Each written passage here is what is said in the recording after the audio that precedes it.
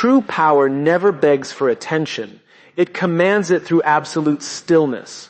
While the weak desperately flood the room with noise, hoping to project authority, the master of dark charisma operates in the psychological shadows. Every room you enter is not a social gathering. It is a living grid of unspoken vulnerabilities, fragile egos, and hidden power dynamics waiting to be anchored. You do not need to shout to dominate.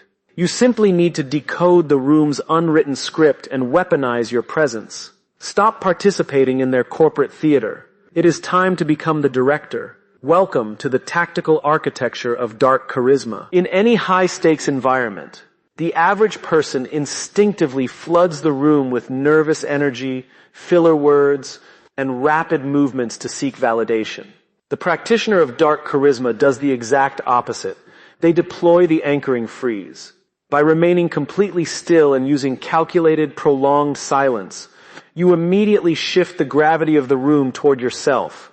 When someone finishes speaking, do not rush to respond. Hold their gaze in absolute stillness for 3 to 4 seconds. This deliberate pause breaks their operational rhythm, forcing them to over-explain, double-check their assertions, and look to you for approval. Stillness signifies absolute self-control and an absence of fear. While others bleed their authority through restless shifting and empty noise, your absolute physical and vocal freeze forces everyone else to adjust their baseline frequency to match yours, silently establishing you as the dominant anchor of the room. Before you can manipulate a room, you must audit it. While others are distracted by loud arguments or the formal agenda, your eyes are tracking the micro-expressions and physical tells that leak raw reality. You look for the subtle tight lip when a specific metric is mentioned, the sudden direction of someone's gaze toward the true power figure after a joke, or the defensive crossing of arms when an operational failure is exposed. These are structural cracks in their emotional armor. People spend immense energy crafting a facade of confidence, but their subconscious biology constantly betrays them. By auditing these tiny, fleeting signals, you map out exactly who is insecure, who is desperate for alliances, and who is secretly terrified of exposure. This data becomes your psychological cheat code. You do not address their words, you address their hidden vulnerabilities, subtly pulling their emotional strings without them ever realizing you bypassed their defenses. Human beings are deeply narcissistic creatures who naturally trust what reflects their own identity.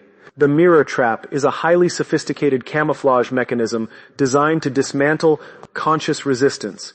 Instead of opposing an aggressive or high-ego individual, you seamlessly adapt your posture, behavioral tempo, and linguistic style to match theirs. If they speak with aggressive, punchy sentences, you reflect that rhythm.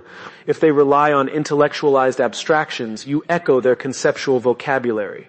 This psychological mirroring bypasses their critical cognitive filters. Their subconscious interprets your reflection as deep alignment, creating an artificial sense of profound rapport and safety. Once their guard drops and they perceive you as a trusted extension of their own ego, their cognitive defenses vanish. At this precise moment, you stop mirroring and subtly alter your direction, because they are psychologically locked onto your signal. They will unconsciously follow your lead, walking directly into your strategic trap while believing it was their own idea. The pitch and speed of your voice dictate the emotional temperature of the room. When people are anxious, defensive, or eager to impress, their voices naturally rise in pitch and accelerate in speed, broadcasting submissiveness. To execute the vocal authority matrix, you must deliberately drop your resonance into your chest and radically slow your pacing. Speak at a rhythmic, unhurried cadence that refuses to be rushed by external chaos. This low-frequency vocal projection acts as a powerful hypnotic force. Because human biology naturally synchronizes with dominant external cadences, your measured pacing literally slows down the heart rates and neural firing of the people listening to you. You do not compete for airtime. You force them to exert cognitive effort just to catch your lower, heavier tone. By mastering this vocal matrix, you don't just communicate information.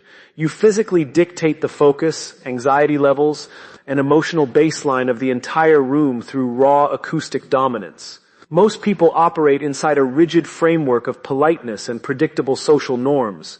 They smile when greeted, nod automatically during explanations, and fill awkward pauses with nervous laughter. Dark charisma dictates that you must selectively shatter these polite scripts to inject strategic discomfort into the environment. When someone attempts to assert dominance or play a political game, do not react with conventional defense.